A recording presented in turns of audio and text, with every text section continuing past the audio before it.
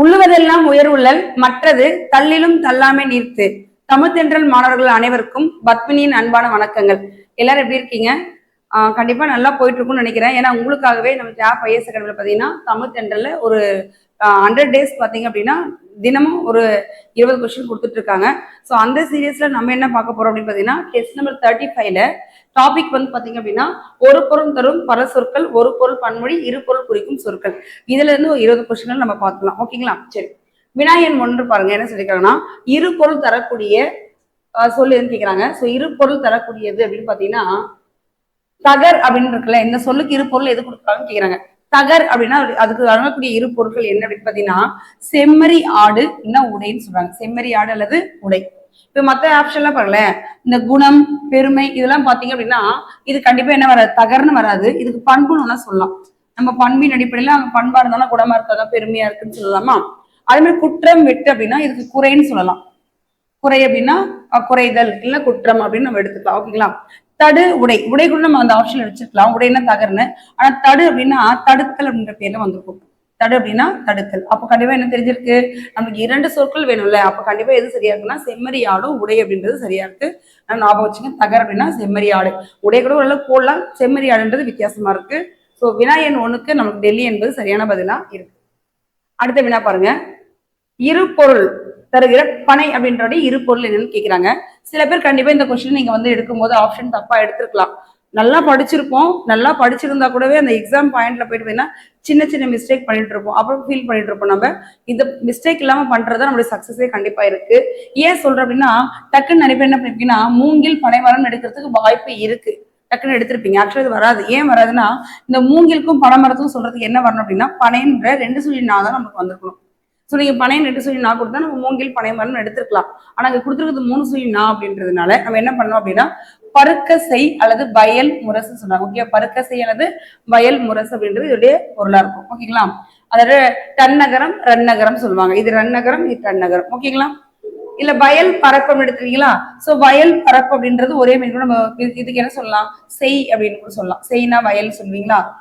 பரப்புனா அளவு சொல்லலாம். இப்போ வயல் அப்படின்னா செய், பரப்பு அப்படின்னா அளவு கூட சொல்லலாம்.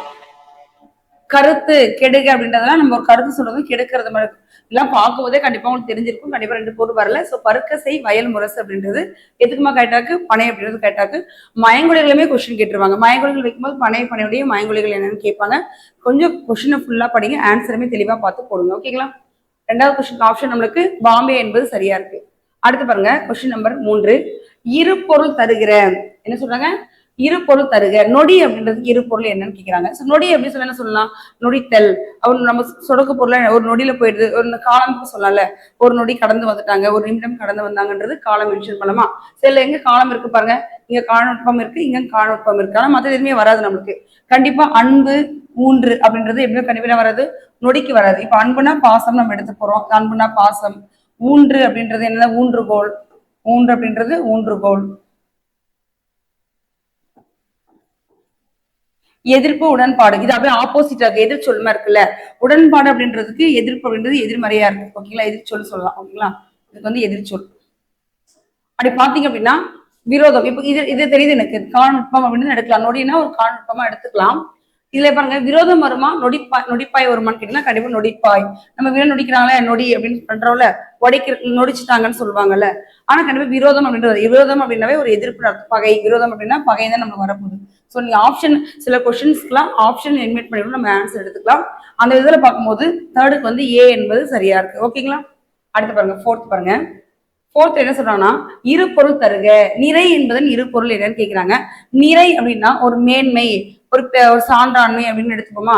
இதுல மேன்மையும் சான்றாண்மையும் தரக்கூடிய பொருள் எதுன்னு கேட்டீங்கன்னா இங்க சால்வ்னு கொடுத்துருக்காங்க. கண்டிப்பா விடை வராது. உங்களுக்கு தெரிஞ்சிருக்கும். விடைனா பதில் நம்ம எடுத்துக்க போறோம். கண்டிப்பா இந்த ஆன்சர் வராதுன்னு தெரிஞ்சுக்க போறீங்க. இங்க சார்பு சால்வ்னு கொடுத்துருக்காங்க. எடை, நிறைனா எடையும் கொடுக்கலாமா இல்லையா? கிலோ கணக்குல சொல்லுவாங்கல்ல நிறை அப்படின்னு சொல்லுவாங்க. அப்ப இங்கேயுமே எனக்கு எடை இருக்கு, இங்கேயுமே எடை இருக்கு. ஆனா இங்க எடை என்பது இல்லை. சோ இதுவுமே எனக்கு வராது, இதுவுமே எனக்கு வராது. இப்ப இங்க எடை எனக்கு இல்ல சார்பு வருமா சால்பு வருமானு கேட்டா சால்பு என்றால் என்ன சொல்லலாம் அப்படின்னா நம்மளுக்கு நிறை அப்படின்னு சொல்லலாம். இதே சார்பு அப்படின்னா சார்ந்து வருவதுன்னு அர்த்தம். சார்பு என்றால் என்னமா, சார்ந்து வருவது. சார்ந்து வருவது. சார்பு எழுத்துக்களோட நம்ம படிப்பல முதல் எழுத்துக்கான உயிரையும் மெய்யும் சார்ந்து வருவது சார்பு எழுத்துக்கள் படிச்சிருப்போம். அதனால இந்த சார்பு எனக்கு வரும். அப்ப இடையே நீங்க கண்டுபிடிச்சிருந்தா இன்னொரு வார்த்தை என்ன இருக்குன்னு பார்த்து போட்டுக்கலாம். அதுல பார்க்கும்போது ஃபோர்த்துக்கு எனக்கு சி என்பது சரியான பதிலா இருக்கு. அடுத்து ஃபிஃப்த் பாருங்க. இரு பொருள் தருக. கூ என்பதற்கு இரு பொருள் என்னன்னு கேட்கலாம். ஒரே தொறுமை கூட நம்ம எடுத்துக்கலாம். ஒரே தொறுமையில கூ அப்படின்னா பூமின்னு படிச்சிருப்போமா? இதுல பாருங்க பூமின்னு எங்க இருக்கு? ஒரே இடத்துல மட்டும்தான் பூமின்னு இருக்கு. நீங்க இதை வச்சே கண்டுபிடிச்சு படிச்சுக்கலாம். ஒரே தொறுமையில கூ என்பது பூமின்னு படிச்சிருக்கோம். அப்ப இதுதான் ஆன்சர்னு எடுத்துக்கலாம். நீங்க சொல்ற மாதிரி பங்கு சொல் அப்படின்றது கண்டிப்பா கூக்கு வர்றது சான்ஸே கிடையாது. சொல் அப்படின்றதும் வராது, பங்கு அப்படின்றதும் வரவே வராது நம்மளுக்கு. ஓகேங்களா? அடை, அடைக்கு என்ன சொல்வீங்க? வானா அடைன்னு சொல்லலாம். பொருள் அப்படின்னா பொருத்தல், பொருள் அப்படின்னா பொருத்தல் சொல்லிக்கலாம். பொருத்தல். சொன்னா பதம், கிளவி இந்த மாதிரி நம்ம படிச்சிருக்கோம். பதம், கிளவி இந்த மாதிரி நம்ம படிச்சிருப்போம். ஓகேவா? பங்கு அப்படின்றது பங்கு போட்டு கொடுப்பாங்கல்ல, அது வந்து பிரிக்கிறது, ரெண்டா பிரிக்கிறது. இதுல பறவை கூடு சேர்ந்து கொடுத்துருக்காங்க. சேர் அப்படின்னா கூடு அப்படின்னு சொல்லுவாங்க. இது பறவை சேர் அப்படின்னா என்னோட கூடு அப்படின்னு சொல்லுவாங்கல்ல, என்னோட சேர் அப்படின்னு சொல்லியிருப்பாங்க. ஸோ இதுவுமே வராது. அப்போ கூவு பூமி என்பது எனக்கு சரியா இருக்கும். கூ என்பது என்னமா? கூவு பூமி அப்படின்றது சரியா இருக்கும். ஸோ ஐந்தாவதுக்கு எனக்கு ஏ என்பது சரியான பதிலா இருக்கு. அடுத்து ஆறாவது பாருங்க. இரு பொருள் தருக. கிழி அப்படின்றது, கிழினாவே துணின்ற ஒரு வார்த்தை நம்ம தெரிஞ்சிருக்கோம். ஸோ ரெண்டு பொருள் இருக்கும்போது கிழினா துணின்னு எங்க இருக்கு பாருங்க. கொடுத்துருக்க வார்த்தையில கிழி அப்படின்றது எங்க இருக்கு? துணி எங்க இருக்கு பாருங்க. துணின்றது இங்க மட்டும் பி ஆப்ஷன்ல மட்டும் தான் இருக்குங்க. மத்தெல்லாம் பாருல. பணப்பொதின்றது கிழின்னு வருமா? பணப்பொதி அப்படின்றது நமக்கு வராது. இல, ஒளி, கீறு. ஸோ மதினா என்ன சொல்லலாம்? நிலவுன்னு சொல்வீங்க. குண்டலம் அப்படின்னா காதில் அணிவது. நமக்கு இது எல்லாமே பொருள் தெரியல. காதில் அணிவது. அப்போ ஒண்ணு தெரியுது, கண்டுபிடிச்சிட்டீங்க. ஒளினாலும் தெரிய வெளிச்சம். நம்ம பொருள் தெரியுதுல்ல. பிளனா இரண்டாக பிளத்தல் சொல்லுவாங்க. பிளத்தல், பிளனா பிளத்தல்.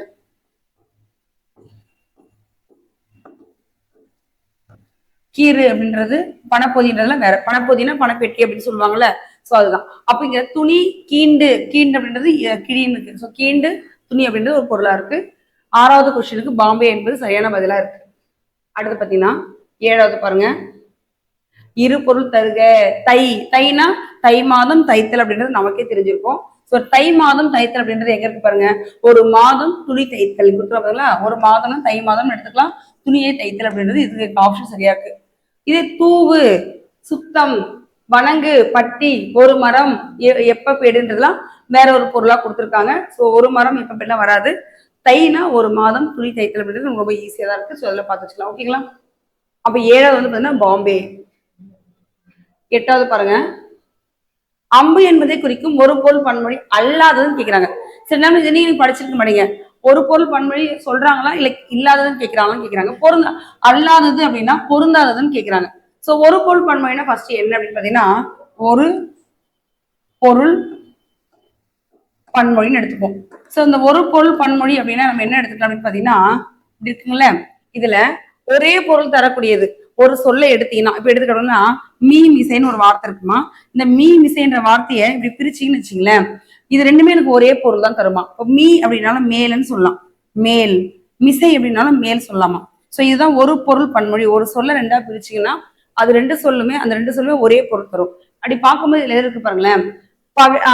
அம்பு அப்படின்ற சரிமா அம்பு என்பதை குறிக்கும் ஒரு பொருள் பன்மொழி அல்லாததுன்னு கேக்குறாங்க. இப்ப அம்பு அப்படின்னு என்ன சொல்லலாம்? பொருந்தாதுன்னு கேக்குறாங்க. அல்லாததுன்னா இப்ப ஏ என்பது எனக்கு பொருந்தாது. இங்க பாருங்களேன். பகழி அப்படின்னா அம்பு சொல்லலாம், கனை அப்படின்னாலும் அம்பு சொல்லலாம், வாளினாலும் அம்பு சொல்லலாம். ஆனா ஏ என்பது அன்புன்னு வராது. ஏன்னா பொருந்துதல் அர்த்தம். ஏ என்பது பொருள் என்னமா? பொருந்துதல். அதனால எனக்கு இது வராது. ஓகேங்களா? அப்ப அல்லாததுன்னு கேட்கறதுனால எனக்கு டெல்லி என்பது சரியா இருக்கு. எட்டாவது. அடுத்து ஒன்பதாவது கவனிங்களேன். கீழ்காணும் தொடர்களில் ஒரு பொருள் பன்மொழி பயின்று வந்துள்ள சரியான வாக்கியத்தை கேளுங்க. அந்த ஒரு பொருள் பன்மொழி எப்ப சொன்ன உங்களுக்கு ஒரு பொருள் பன்மொழினா என்ன அப்படின்னு சொல்லியிருப்பேன். அதுல வந்துள்ள சரியான வாக்கியம் என்னன்னு கேக்குறாங்க. ஓகேங்களா? அப்ப மொழி கேட்டிருந்தா என்ன கேட்டிருந்தாங்க? ஒரு பொருள் பன்மொழி தான் அதுவும். ஓகேவா? சரி, இதுல சரியானதுன்னு பார்ப்போமா? கவனிங்க. அரசன் ஆணை உத்தரவு, ரெண்டு வார்த்தை கவனிச்சுங்க. அரசு ஆணை உத்தரவு படலாம். மரங்கள் படபடவென, இந்த ஒரே படப்படன்றது ஒரே சொல்லதான் இருக்கு. இது நம்ம இரட்டை கிளவி சொல்லுவோம். படப்பட வேணும்னா இரட்டை கிளவி. பனைமரம் உயரமானதுன்னு கொடுக்குறாங்க. இதுவே பனைமரம் உயரமானதுன்னு நூலகம் சென்று படி. சோ இது எல்லாமே பாத்தீங்கன்னா இது ஒரே சொல். ஆணை உத்தரவுன்னு கொடுத்துருக்காங்கல்ல. இந்த சொல்ல ரெண்டா பிரிச்சு பாத்தீங்கன்னா ஆணை என்பதும் உத்தரவு என்பதும் ஒரே பொருள் தரதுனால நம்ம கேட்டது என்ன, ஒரு பொருள் பன்மொழியில சரியான இணை எதுன்னு கேட்கலாம். ஸோ எனக்கு ஏ ஆப்ஷன் தான் சரியான இணையா இருக்குன்னு சொல்றாங்க. மத்த எதுவுமே ஒரே பொருள் வரக்கூடிய ரெண்டு வார்த்தைகள் உள்ள இல்லை. ஓகேவா? அப்போ 9க்கு ஏ. 10 கவனிங்க. மீண்டும் மறுபடியும் இச்சொல்லின் இலக்கணம் குறிப்பு யாது? இதை தெரியுமே, மீண்டும் மறுபடியும் இந்த ஒரு சொல்லை எடுத்து பிரிச்சிங்கன்னா ரெண்டு எனக்கு என்னதான் தருது, மீண்டும்னாலும் சரி மறுபடியும்னாலும் சரி எனக்கு ஒரே பொருள் தான் தருதா? அப்படி ரெண்டும் ஒரே பொருள் தரக்கூடியது எதுன்னு கேட்டீங்கன்னா நம்மளுக்கு எது வரும், ஒரு பொருள் பன்மொழி. ஒரு பொருள் பன்மொழி. இப்ப அடுக்கு தொடர் அப்படின்னா என்ன சொல்லுவீங்க, அடுக்கு தொடர் அப்படின்னா இதோடைய கூற்றுகள் என்ன சொல்வீங்க, 2 முதல் 4 வரை அடுக்கி வரும். 2 முதல் 4 வரை அடுக்கி வரும். பிரித்தால் பொருள் தரும். பிரித்தால் பொருள் தரும் அப்படிலாம் படிச்சிருப்போம் நம்ம. அப்படி பார்க்கும்போது இசை பண்பு குறிப்புன்ற காரணங்களால வரும். இசை குறிப்பு பண்பு அப்படின்ற காரணங்களால் வரும்னு படிச்சிருப்போமா?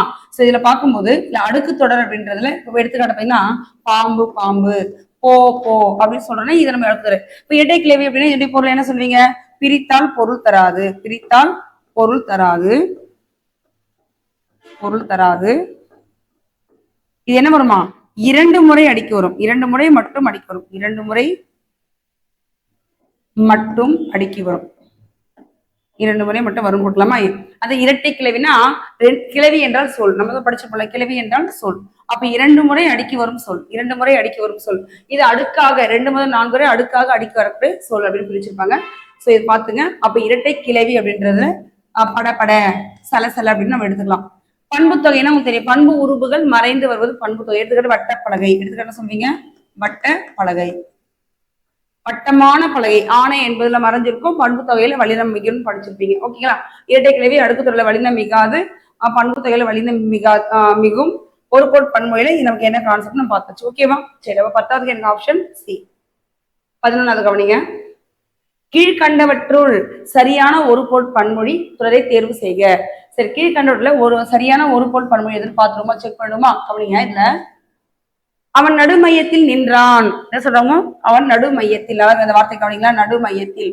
அப்ப நடுனாலும் சரி மையம்னாலும் சரி எனக்கு ஒரே பொருள் தான் தருது. சோ அதெல்லாம் எடுத்துக்கலாம். அவர் ஒரு பெரிய பெரும் செல்வர்.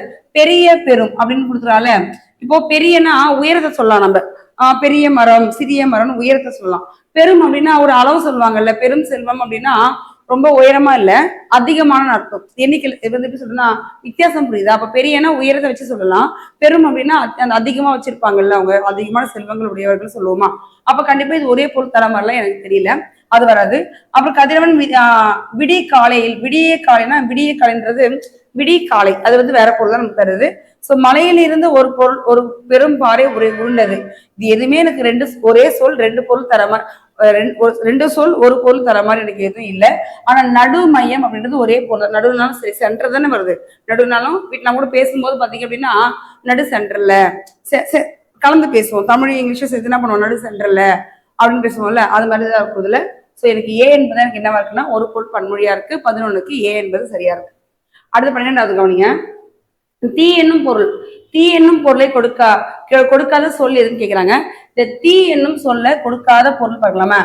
அனல் அப்படின்னாலும் சரி, கனல் அப்படின்னாலும் சரி, தழல் அப்படின்னாலும் தீன்னு நம்ம எடுத்துக்கலாம். தீக்கு சொல்லக்கூடிய வேறு ஓரெழுத்து ஒரு மொழியில தீ அப்படின்னு சொன்னா நம்ம என்ன சொல்லலாம், நெருப்புன்னு சொல்ற மாதிரி அனல் கனல் தழல்னு சொல்லலாம். ஆனா சுடர் அப்படின்றது வராது. ஏன் அப்படின்னா சுடர் அப்படின்னா ஒளினம், தீச்சுடருடைய ஒளி தான் வந்து சுடர்ன்னு சொல்லியிருப்பாங்க. அது சுடர்னா ஒளின்னு வந்திருக்கணும், அதனால அது பொருந்தாம மீது எல்லாமே பொருந்திருக்கு. சோ 12வதுக்கு டெல்லி என்பது பொருத்தமா இல்லைங்க. சரிங்களா? கெடுவுல தீ என்னும் சொல்லில் பொருளை கொடுக்காதுன்னு தான் கேட்டிருக்கு, அதனால நான் அது சுடர் அப்படின்றது எடுத்திருக்கேன். ஓகேவா? 12க்கு டெல்லி. 13க்கு கவனிங்க. காடு என்னும் பொருள் தரும் சொல் அல்லாததுன்னு கேக்குறாங்க. காடு என்னும் சொல் பொருள் தராது, அல்லாதது எது அப்படின்னு. அப்ப 3 சொல்லுது, 1 மட்டும் சொல்லல அப்படின்னு நம்ம தெரிஞ்சுட்டுமா? வனம் அப்படின்னாலும் காடுன்றது எல்லாம் கண்டிப்பா தெரியும். கணையம் அப்படின்றது வந்து பாத்தீங்கன்னா காடு. இது வந்து கணை அப்படின்னா அம்புன்னு பார்த்திருப்போம். கணையம் அப்படின்னா காடுன்னு எடுத்துக்கலாம். பொய்யல் அப்படின்னா காடு. புக்ல கொடுத்துருப்பாங்க. காடு என்ற சொல்லுக்கு வழங்கக்கூடிய வேறு பெயர்கள், மா என்னும் சொல்லுக்கு வழங்கக்கூடிய வேறு பொருட்கள் நிறைய கொடுத்துருப்பாங்க. ஸோ இதெல்லாம் கொஞ்சம் நல்லா படிச்சு வச்சுங்க. இல்ல சோலை அப்படின்னா வராது. சோலை அப்படின்னா கான் அப்படின்னு நம்ம கொடுத்துருப்போம். காணதான் சோலை அப்படின்னு படிச்சிருப்போம் நம்ம. ஓகேங்களா? அப்ப அதெல்லாம் வந்து என்ன, வனம் கணையம் பொய்யல் அப்படின்றலாம் காடுக்கு வழங்கக்கூடிய வேறு சொற்கள்ல பொருந்தது. டெல்லி என்பது மட்டும் எனக்கு பொருந்தாம இருக்கு. ஓகேங்களா? 13க்கு டெல்லி. அடுத்து 14 பாருங்க. பொறுத்துக ஒரு பொருள் பன்மொழியில பொறுத்து சொன்னாங்க. மீமிசை, மீமிசைன்னு அர்த்தம் மிக உயர்ந்த, ஒரே பொறுத்துறத ஒரு பொருள் பன்மொழியில ஒண்ணு. குழி தாழ்ந்து, மிக ஆழமான, தாழ்ந்துன நம்ம அர்த்தம், குழினாலும் சரி தாழ்ந்தனாலும் சரி பள்ளத்தை சொல்றாங்க, மென்ஷன் பண்றாங்க. இந்த வார்த்தையை நான் பிரிச்சுன்னா ரெண்டும் எனக்கு ஒரே பொருள் தான் தருது. ஓங்கி உயர்ந்த, மிக உயர்ந்த, ஓங்கி உயர்ந்த அர்த்தம் மிக உயர்ந்த, அப்படின்னு மேலும் மேலும், ஓங்கி உயர்ந்தனா மேலும் மேலும் நம்ம உயர்ந்த பத்தி பேசுறாங்க. புண்டிலம், புண்டிலம் அப்படின்னா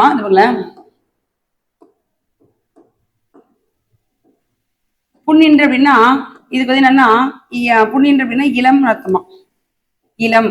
அதாவது புண்டிலம் அப்படின்னா மிக இளமையான அர்த்தம். புண்டின் அப்படின்னா இளம், புண்டின்று பிரிக்கலாமா, எப்படி பிரிக்கலாம், பிளஸ் இளம்னு பிரிக்கலாம். சாரி, இதுல வந்து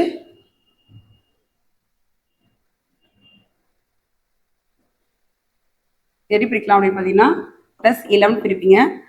அப்ப புண்டின்றனால என்ன பொருள் அப்படின்னா இளமையான அர்த்தம். ஸோ இளமை அப்படின்னு அர்த்தம். அப்ப ரெண்டுமே சேர்த்து எனக்கு என்ன வருதுன்னா மிக இளமைன்னு வருது. அப்போ ஃபோர்த்து சரிதான். அப்போ ஆப்ஷனுக்கு என்ன வரும்னா 2 1 4 3. அப்போ ஆப்ஷன் என்ன வரும் பார்த்தீங்கன்னா கரெக்டா மாற்றி சொல்றேன்னா மீமிசினா மேலும் மேலும் உயர்தல். ஓ மாத்தி வருதுங்களா, ஓகே ஓகே, ஒரு நிமிஷம் வெயிட் பண்ணுங்க. இதுல வந்து எப்படின்னா இப்படி வரும், ரெண்டு வரும். மீமிசைனா மேலும் மேலும் உயர்தல் அர்த்தம்.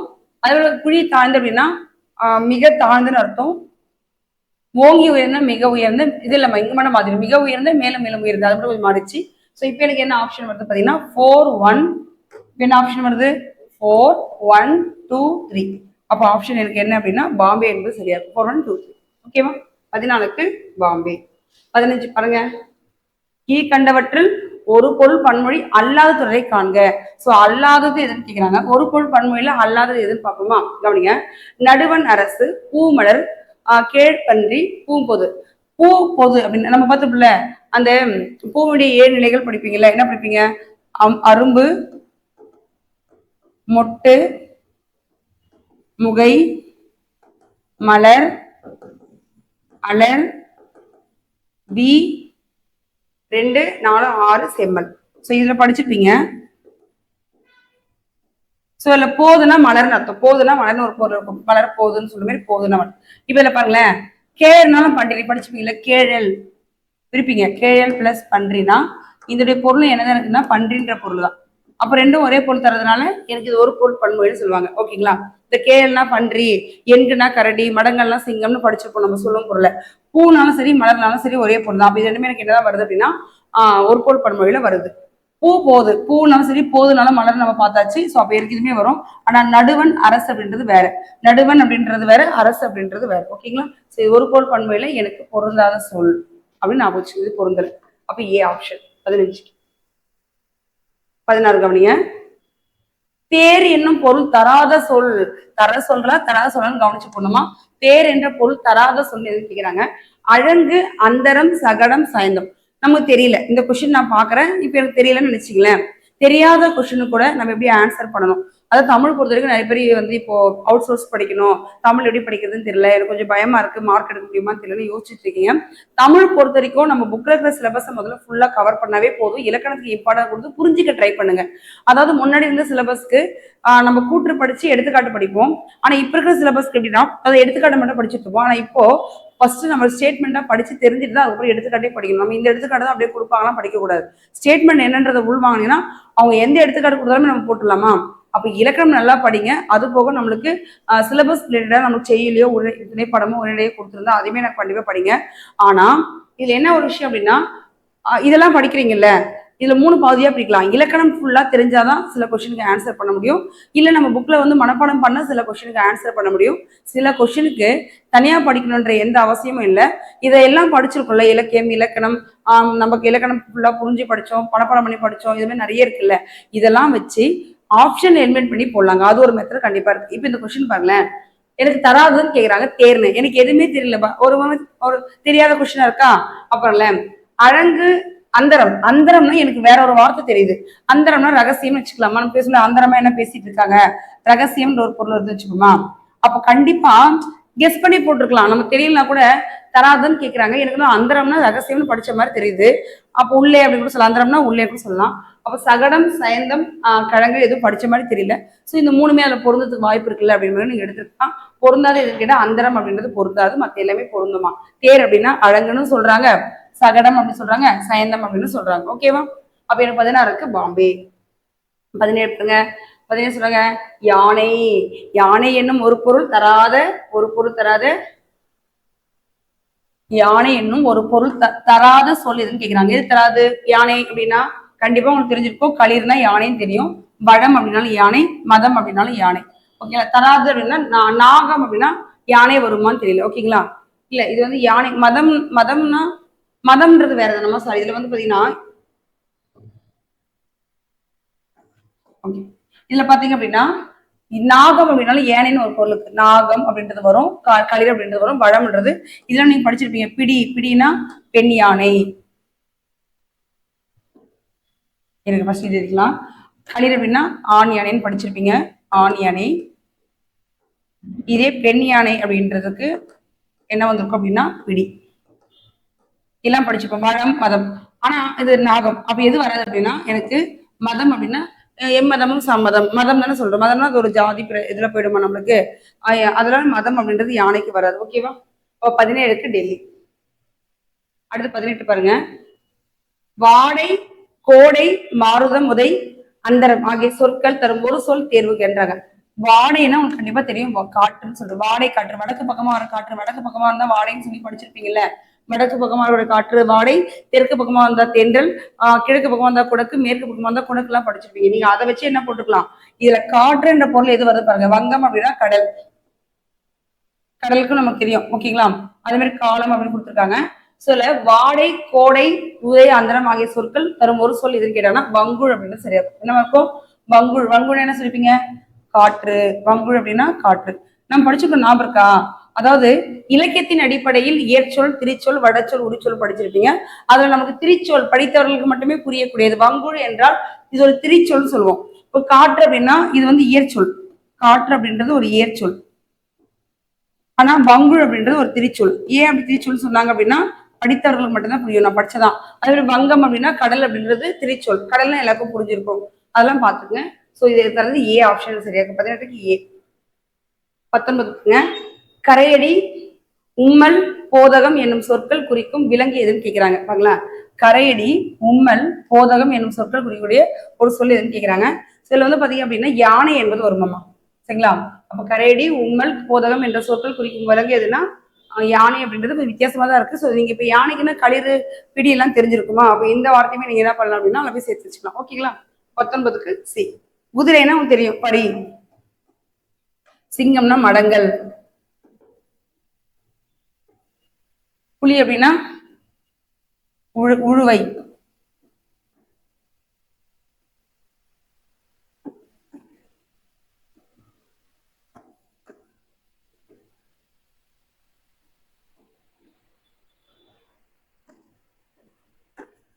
அதே மாதிரி எண்கு அப்படின்னா கரடி.